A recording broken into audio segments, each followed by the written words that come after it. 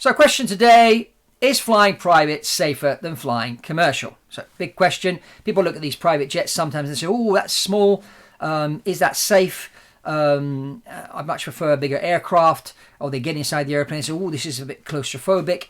There's many reasons why, people would looking into this is probably why you landed on this episode of BizJet TV. If you haven't subscribed to BizJet TV, my name's Fabrizio Poli. I'm your host. I've been in this business of aviation for over 30 years, doing all sorts of things from flying airplanes, managing aircraft, managing FBOs, and selling aircraft and that, and doing lots of wonderful things around these lovely flying machines. So subscribe, comment below, and let's get straight into it now. And there's two answers to the question. The short answer is private jets are actually not safer.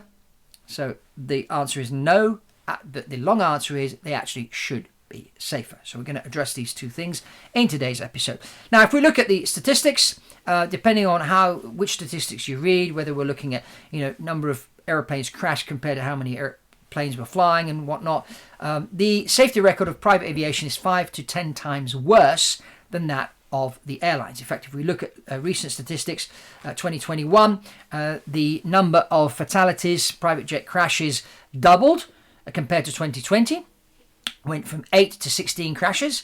That's an interesting piece of data. Another interesting piece of data, which is just linked to how private aviation is on the increase. If we look at the global number of private jet flights already today in 2022, looking at January and February when this is just being recorded, the number of flights has increased by 35% compared to the same time last year. So more people flying private, but on the other end we've got the number of crashes, which has doubled. We've got the safety record, which is 5 to 10 times worse than the airlines. So these are, factors which are a bit worrying, but it shouldn't be that way. And now we're going to talk to you about why it shouldn't be that way. And we've got a series of new episodes coming out, interviews with some interesting people. We're going to be talking about flight safety and pilot training. But let's look at some of the reasons why private jet flying is a lot safer. Now, one of the reasons which there's been a lot of talk about this in the press over the last couple of years with all this virus thing out there, is the touch points in an airport. So typically, if we compare private jet passenger to an airline passenger, Mr. Private Jet Traveller, it goes through the private jet terminal, gets on the airplane, gets off at the other end or whatever, and they've been in contact with 4 people. While the passenger going through a terminal to get on an airliner the average passenger would have encountered 600 people. Now, these are people traveling economy. If this airline passenger is traveling first class or business class, they would have come across and encountered 136 people. This is according to a study done by Air Charter Services, which is one of the largest charter brokers out there. So as you can see, you'll encounter only 4 people if you fly private, 136 people if you fly business class or first class, and 600 people if you're flying economy. So there's massive difference there. So just that alone will tell you, well, if I'm only going to encounter 4 people, then the private jet is going to be a lot safer. Now, if you own the private jet, it's going to be even more safer because, you can have the aircraft sanitized, you can control where the food's coming from, you can control the crew, make sure they're tested, that they're healthy and everything. Also the type of airplane, what type of air conditioning system it has. Maybe you can use essential oils in the cabin, which is something I have talked about in an article I wrote for Avbuyer magazine recently, about how essential oils in the cabin can keep the cabin air clean. It can also calm the passengers. That's something that you can control, that environment on your own private jet. So those are some reasons which, health reasons, which before people never really thought about as far as flying a private jet. It was all about, luxury, it was all about saving time, but now this health is a big reason for flying private. Then of course you've got weather. So private jets fly a lot higher. Some of them reach 51,000 feet. Most weather does get up to about 41, 42, 43,000 feet sometimes, while the airliners are flying anywhere between 31 to 39,000 feet. So if you're flying in a Learjet or a Falcon 7X and suddenly you've got weather in front of you at 37,000 feet, you can shoot up to 45,000 feet, 47,000 feet above all the weather. And the other advantage is you're also above all the other traffic. You'll get shortcuts, you can go faster and get in a lot earlier. And on a 10-hour flight, that could mean getting in an hour earlier. And that, of course, plays also into your health. You get to places a lot quicker, you get home quicker. It helps overall your health as well as your business, because you're saving time. So that's other reasons. Then another reason why private jet flying should be a lot safer are the number of airports available. These private jets are smaller, so they require shorter runways. And certain emergencies that happen, the pilots pick up the checklist, and the checklist says land at the nearest suitable airport. When we talk about suitable airport, very often enough it's to do with runway and runway length. So if you are in a smaller jet, private jet, Falcon 7X, so G550 or whatever it may be, and you have to suddenly land at nearest suitable airport, there's going to be a lot more airfields available that you can land at, which you wouldn't be able to do if you were flying on an Airbus 380, for example, or a 747. So that's another reason there. And of course, having a lot more airports available, you can land closer to your destination. That's another advantage. Of course, the flexibility of controlling the aircraft, the schedule, the crew, hiring of the crew, and all these factors are also really, really important, which can increase flight safety, because they're your own pilots. You hire them, you decide how much you're going to pay them, you decide how much training they're going to have. If you book a flight to United States from London, for example, you can't ring up British Airways or Virgin Atlantic and say, excuse me, who are the pilots on the flight? Have they been trained? Oh, can you give them a bit extra training next week before I do my flight? You can't do any of this, okay? You just got to pay for your ticket and off you go. But on a private jet, you can control these factors. In particular, if you own the private jet, you can decide to get your pilots more training. And we'll be talking a lot about this in the next few weeks with the interviews which are coming up here on BizJet TV. So if you haven't subscribe to this channel and click on the notification bell when these new videos come out, because there's going to be some interesting stuff about that. And it's really important, when you're looking to buy an aircraft, you have to think of, okay, I buy the plane. What happens once the airplane's delivered? Well, someone needs to fly it. Who is this someone going to be? How do I select the right pilot? What type of training do these people need? Maintenance, who's going to look after the maintenance? When does the maintenance need to be done? What kind of stuff do they do to the airplane when maintenance is done?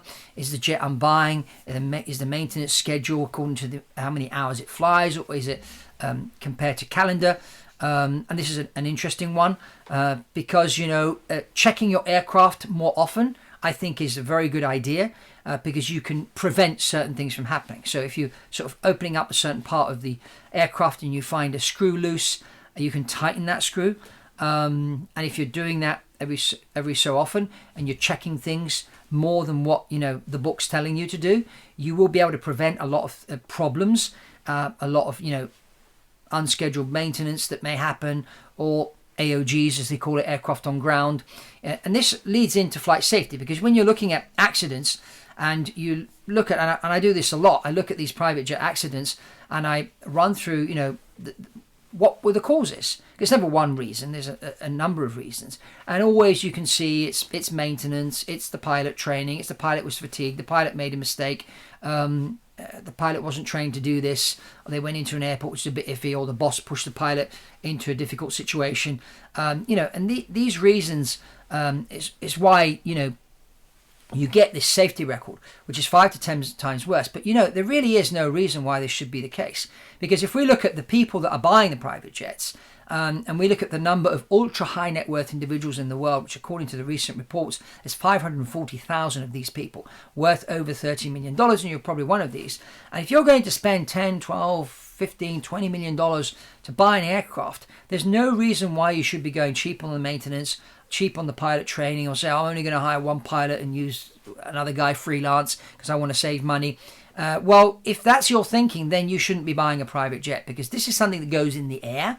And if something goes wrong in the air, you can't just sort of park it on a cloud and get out and wait for someone to come along and fix it. So, these are, plus these things go fast. They're not like a car that goes at, 17 miles an hour. But these things, they're flying fast through the sky, coming into high ground. It's cloudy, weather's a bit iffy, it's a bit turbulent, the pilot's tired. You don't want to get into those situations. You want to avoid those situations. As I always say, you've probably heard me talk about the 5P formula, basically, which says prior planning prevents poor performance. So the prior planning is not only the acquisition of the aircraft, it's the maintenance planning, it's the pilot training, which has to be planned, the flights need to be planned, and you also have to have plans in place where, what do we do if the weather's like this? What do we do if that runway shut down? Where are we going to divert to and why? All these things have to be in place, and that's why you need to hire a good professional. So as I always say, when you look at businesses and you look at businesses that succeed and businesses that fail, you've always got the product, you've got the process, how this product is made, how this product is sold, and then you've got the people.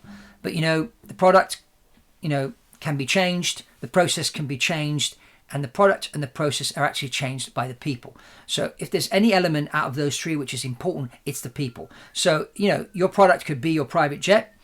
The process of how that airplane flies, you've got your standard operating procedures, how you do your maintenance, your company philosophy, etc. But it's the person that's going to be running your airplane, your lead captain or chief pilot, which will kind of sit down with you and decide what those rules are going to be. And so you need to be able to hire someone that's competent, knows what they're doing. You need to provide them enough money to be able to do things in a certain way to keep you and your family and your team safe. So that people element is more important than process and product. People is key. So yes, the private jet is a product. The way it's flown and operated is a process, but the people that you hire around the jet are just as important. Now, if you are looking to acquire a private jet, I suggest you can get on a call with me and we can go through, and understand more about what your needs are private jet wise. So just go to orvilleaviation.com and there'll be some instruction on there how you can qualify for a free Zoom call, private jet strategy meeting with myself or one of my colleagues, and we'll go through a number of questions and see what we can do as far as finding the right jet for you. And we'll look off market as well as on market, but it's not just that. Our services don't stop at that. We do charge a fee, of course, to do all this for you, but we don't just take care of the airplane. We do a lot more because we look at actually operating the aircraft as well, and the people around it. How do we, what type of registration is the aircraft going to have? Is it going to be a special purpose vehicle company? Is it going to be in a hangar? Who's going to fly it? Where do we find these pilots? How do we train them? What type of training do we give them? All these things are really, really important. So we look at the whole aspect and how is that going to fit into your organization, and make sure that this all works together to fly you around safely, because that's what I think everybody's ultimate goal is. To acquire a private jet, yes, to save time, but also you want to be safe. So, if we do things this way, then your private jet experience, your private jet flying is going to be 5 to 10 times safer than the airlines, instead of 5 to 10 times worse, because that's what it should be for the reasons that I've already explained in this episode of BizJet TV. So I hope you enjoyed this episode. Comment below. Remember to subscribe to this channel. Click on the notification bell as well, so you see when the next few episodes are coming up. We're going to be delving into flight safety, because you need to have an understanding more about this important purchase you're about to make in buying a private jet. Understand more about how this whole thing works. And if you haven't done so already, check this other video here. It's very interesting about my interview with Don Catalano. He's an owner of a Honda jet. He uses his Honda jet. He flies it himself. He also uses it as a business tool. And we're talking about how COVID and that has changed the way he uses his jet as a business tool. So that's all from Fabrizio Poli on this episode of BizJet TV, and I'll see you on the next one.